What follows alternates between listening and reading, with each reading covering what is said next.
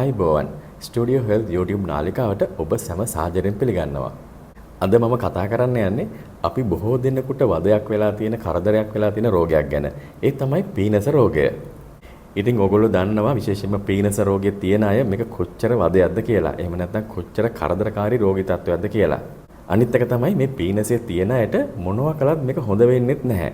ඉතින් ඒ වගේම තමයි කැමති තැනක යන්න බෑ, කැමති දෙයක් කන්න බොන්න බෑ, කැමති දෙයක් ඉඹින්න බෑ. ඉතින් මේ වගේ ප්‍රශ්න ගොඩක් තියෙනවා මෙන්න මේ පීනස රෝගය තියෙන අයට. ඒ කියන්නේ වචනේ පරිසමාප්තියෙම පීනසය කියන්නේ මහා කරදරකාරී පට්ටම ජරා රෝගයක්. ඉතින් අපි මුලින්ම බලමු මේ පීනසය කියන්නේ මොකක්ද කියලා. පීනසය කියන එක අපි වෛද්‍ය විද්‍යාවේදී හඳුන්වනවා ඇලර්ජික් රයිනයිටිස් කියලා. මේක තවදුරටත් පැහැදිලි කරනවා නම් මේක ඇත්තටම immune mediated inflammatory condition එකක් කියලා තමයි අපි වෛද්‍ය විද්‍යාවේදී හඳුන්වන්නේ. ඉතින් මේ රෝගී තත්ත්වය ඇති වෙන්නේ අපේ නාසයේ තියෙන ඇතුළත ස්තරේ. අපි ඒක හඳුන්වනවා nasal mucosa කියලා. බාහිර පරිසරයෙන් යම් දෙයක් ඇතුල් වුණාට පස්සේ මෙන්න මේ nasal mucosa එකේ ඇති වෙන සංවේදීතාවය නිසා තමයි අපිට පීනස ඇති වෙන්නේ.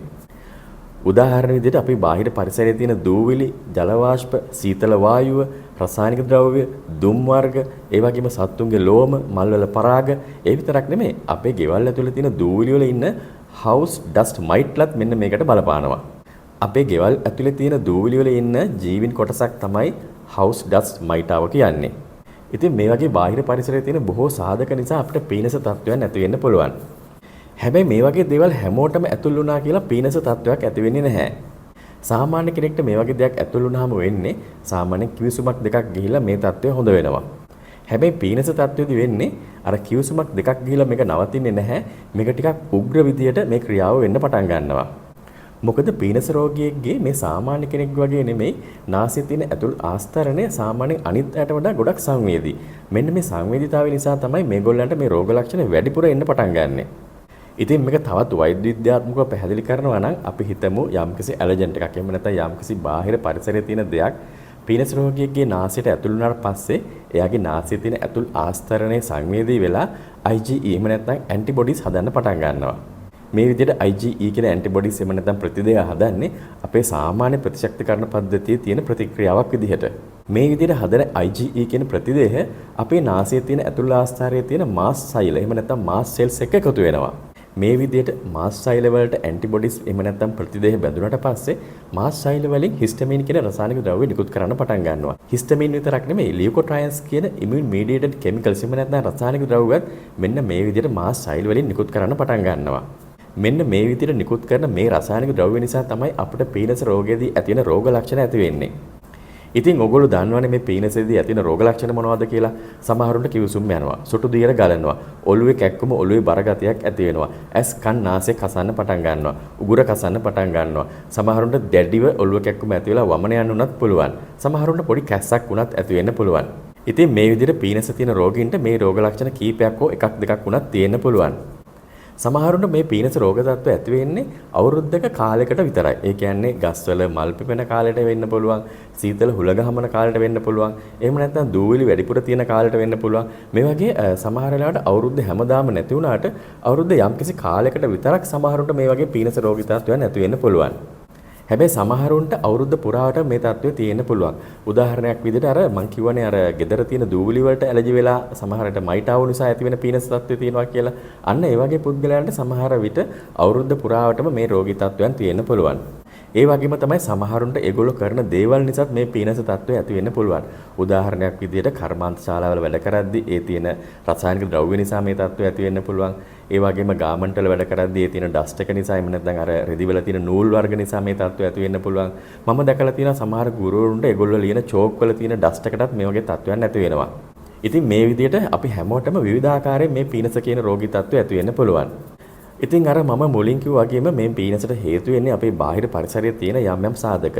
උදාහරණ විදිහට ජල වාෂ්ප, සීතල වායුව, දූවිලි, මල්වල පරාග, සත්තුන්ගේ ලෝම වර්ග, අර මම මුලින් කිව්වා වගේම අපේ ගෙවල් ඇතුලේ තියෙන දූවිලිත් මෙන්න මේ වගේ අපිට පීනස ඇති කරන්න පුළුවන්. ඒ වගේම තමයි සමහරුන්ට යම්කිසි දෙයක් කෑවට බිවට පස්සෙත් මේ තත්ත්වය ඇති වෙන්න පුළුවන්. උදාහරණයක් විදිහට අයිස්ක්‍රීම් එකක් කෑවහම එහෙම නැත්නම් සීතල බීම වර්ගයක් බිව්වහම සමහරුන්ට යම් යම් කෑම ගත්තට පස්සෙත් මේ වගේ තත්ත්වයක් ඇති වෙන්න පුළුවන්. හැබැයි ඒක සදාහටම තියෙන්නේ නැහැ. නමුත් අර කෑමක් ගත්තොත් බීමක් ගත්තොත් විතරයි ඒ වගේ තත්ත්වයක් ඇති වෙන්නේ. ඔයාට පීනස් රෝගය තියෙනවද නැද්ද කියලා හොයන්න අමුතුවෙන් පරීක්ෂණ කරන්න ඕනේ නැහැ. මම මේ කියපු රෝග ලක්ෂණ ඔයාට තියෙනවා නම් ඔයාට තියෙන්නේ පීනසෙම තමයි. ඉතින් ડોක්ටර් කෙනෙක් ගාවට ගියාට පස්සේ ඔයාගේ රෝග ලක්ෂණ ඇහුවට පස්සේ ડોක්ටර්ට පුළුවන් අනිවාර්යයෙන්ම මේකට ඔයාට බෙහෙතක් නිර්දේශ කරන්න. සමහර වෙලාවට ඔයාට මේ පීනසේ ඇති වෙන්නේ මොන සාධකයේ නිසාද කියලා හොයාගන්න කරන විශේෂිත වූ පරීක්ෂණ තියෙනවා. මේ ටෙස්ට් එක කරන ආකාර කිහිපයක් තියෙනවා. ඔයාගේ සම මතු පිටින් මේ පරීක්ෂණය කරන්නත් පුළුවන්. එහෙම නැත්නම් ඔයාගේ රුධිරය ලබාගෙන රුධිරය මාර්ගෙනුත් මේ පරීක්ෂණය කරන්න පුළුවන්. මේ ටෙස්ට් එක අපි සාමාන්‍ය විවාහයේදී හඳුන්වන්නේ ඇලර්ජි ටෙස්ට් කියලා. හැබැයි මේක ටිකක් විතර මිල අධික පරීක්ෂණයක්. පීනසේ හොඳ කරගන්න තියෙන හොඳම විදිය තමයි ඔයාට පීනසේ ඇති වෙන්න තියෙන සාධක හරියට හඳුනාගෙන ඒවෙන් පුළුවන් තරම් ඈත් වෙලා ඉන්න එක. උදාහරණයක් විදිහට අපි හිතමු ඔයාට පීනස තත්ත්වය ඇති වෙන්නේ දූවිලි වලට කියලා. ඔයා කරන්න ඕනේ පුළුවන් තරම් දූවිලි වලට නිරාවරණය නොවි ඉන්න උත්සාහ කරන එක. වෛද්‍යවරු විදිහට අපි ගොඩක් වෙලාවට මේ රෝග ලක්ෂණ අඩු කරන්න එහෙම නැත්නම් පීනසේ පාලනය කරන්න දෙන බෙහෙත් වර්ග තමයි ඇන්ටි හිස්ටමින් කාණ්ඩේ බෙහෙත් වර්ග. උදාහරණ විදිහට පිරිටන්, සෙට්‍රිසින් එහෙම නැත්නම් මොන්ටිලුකාස් කියන බෙහෙත් වර්ග නම් කරන්න පුළුවන්. හැබැයි මම මෙතෙන්දි එක දෙයක් කියන්න ඕනේ මේ ඇන්ටි හිස්ටමින් භාවිතා කරා කියලා ඔයාගේ පීනසේ සදහටම එහෙම නැත්නම් පොල්ලෙන් ගැහුවා වගේ හොඳ කරන්න බෑ. මේ බෙහෙත් වර්ග වලින් කරන්න පුළුවන් ඔයාගේ පීනස තත්ත්වය පාලනය කිරීමක් විතරයි. මොකද මම එහෙම කියන්නේ ඔයාට පීනසේ ඇති වෙන්න හේතු වෙන හේතු සාධකෙත් තියෙනකම්ම ඔයාගේ ජීවිත කාලය පුරාවටම ඔයාට කොයිම හරි වෙලාවක පීනසේ ඇති වෙන්න පුළුවන්. ඒ නිසා මේ පීනසේ කියන්නේ අර හිඟන්නගේ තුවාලේ වගේ වෛද්‍යවරුන්ට සමහරලාට හොඳ ඉල්ලමක්. වෛද්‍යවරු නොවන සමහර ගොඩවැදකම් කරන අයටත් මේක හොඳ ඉල්ලමක්. මොකද පීනසේ කියන්නේ හොඳ කරන්න බෑ. බෙහෙත් දෙනවා ඉවරෙකුත් නැහැ. හැබැයි වගේ සල්ලිත් ඉවර වෙනවා. ඒ වගේම වෛද්‍යවරයාගේ හෝ අර බෙහෙත් කරන පුද්ගලයාගේ මඩිය තර වෙනවා. හැබැයි ලෙඩේ නම් එකම තැන තියෙන රෝගයක් තමයි මේ පීනසේ කියන්නේ. ඇන්ටි හිස්ටමින් විතරක් නෙමෙයි ස්ටිරොයිඩ් කාණ්ඩේ බෙහෙත් වර්ගත් පීනසේ සඳහා භාවිත කරන්න පුළුවන්. උදාහරණයක් විදිහට නාහෙට දාන බෙහෙත්, නාහෙට ස්ප්‍රේ කරන බෙහෙත් වර්ගවල තියෙන බොහෝ වෙලාවට මේ ස්ටිරොයිඩ් කාණ්ඩේ බෙහෙත් වර්ග. බෙහෙත් වලින් විතරක්ම නෙමෙයි ඔයා දිනපතාම ව්‍යායාම කිරීමෙනුත් ඔයා ගන්න ආහාරවල ඔමෙගා 3 ෆැටි ඇසිඩ් එක හොඳට තියෙනවා නම් ඒ වගේම ඔයා ගන්න ආහාරවල හොඳින් විටමින් C තියෙනවා නම් ඔයාට සමහර වෙලාවට පීනසේ හොඳින් පාලනය කරගන්න පුළුවන්. පීනස් රෝගයේදී ඇති වෙන සංකුලතා තමයි ඔයාට මේ පීනස් රෝගී තත්ත්වයේ කාලයක් තියෙනකොට ඔයාගේ මැද කනේ ආසාදන නිතර ඇති වෙන්න පුළුවන්. ඒ වගේම තමයි ඔයාට සයිනසයිටිස් කියන ඊටාම වේදනාකාරී රෝගී තත්ත්වය ඇති වෙන්න පුළුවන්. ඒ වගේම තමයි ඊටාම කලාතුරකින් ඔයාට ඇදුම රෝගය හැදෙන්න පුළුවන්. ඒ වගේම තමයි ඔයාට පීනස් තත්ත්වයේ තියෙනවා නම් හොඳ නිින්දක් ලබා ගැනීමේ අවස්ථාවක් නැති වෙන්න පුළුවන්. ඉතින් මම හිතනවා අද වීඩියෝ එකෙන් පීනස් රෝගය ගැන හොඳ දැනීමක් ඔබට ලැබෙන්න ඇති කියලා. ඉතින් මේ වීඩියෝ එක ඉවර කරන්න කලින් මම ඊටාම වැදගත් දෙයක් කියන්න ඕනේ. මොකද අපි දැකලා තියෙනවා මේ පීනසේ නිට්ටාටම හොද කරන්න පුළුවන් කියලා විවිධ පුද්ගලයෝ විවිධ ප්‍රතිකාර ක්‍රම කරනවා. සමහර වෙලාවට අත් බෙහෙත් වර්ග, කේම් ක්‍රම වර්ග, විවිධ බෙහෙත් වර්ග මෙන්න මේ සඳහා භාවිතා කරනවා. ඉතින් මේ වගේ දේවල් වලට අහු වෙන්න කලින් දෙපාරක් හිතන්න. මොකද මම අර මුලින් කිව්වා වගේම පීනසේ නිට්ටාටම හොද කරන්න බෑ. හැබැයි අර වගේ දේවල් වලට යොමු වෙලා ඔයාගේ තියෙන තත්ත්වය තවදුරටත් උස්සන්න වෙලා සංකුලතා වුණත් ඇති වෙන්න පුළුවන්.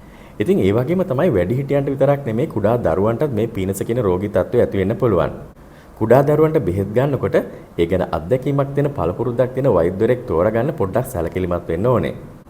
මොකද අපි සමහර වෙලාවට දැකලා තියෙනවා කුඩා දරුවන්ගේ පීනසේ හොඳ කරගන්න කියලා දරුවන්ට අනවශ්‍ය විදිහට බෙහෙත් දීපු අවස්ථා. ඉතින් මම හිතනවා අද වීඩියෝ එකෙන් ඔයගොල්ලෝ වැදගත් දේවල් කීපයක් ඉගෙන ගන්න ඇති කියලා. අපි මේ වගේ අලුත් වීඩියෝ එකකින් ඉතා ඉක්මනින් නැවත හමු වෙමු.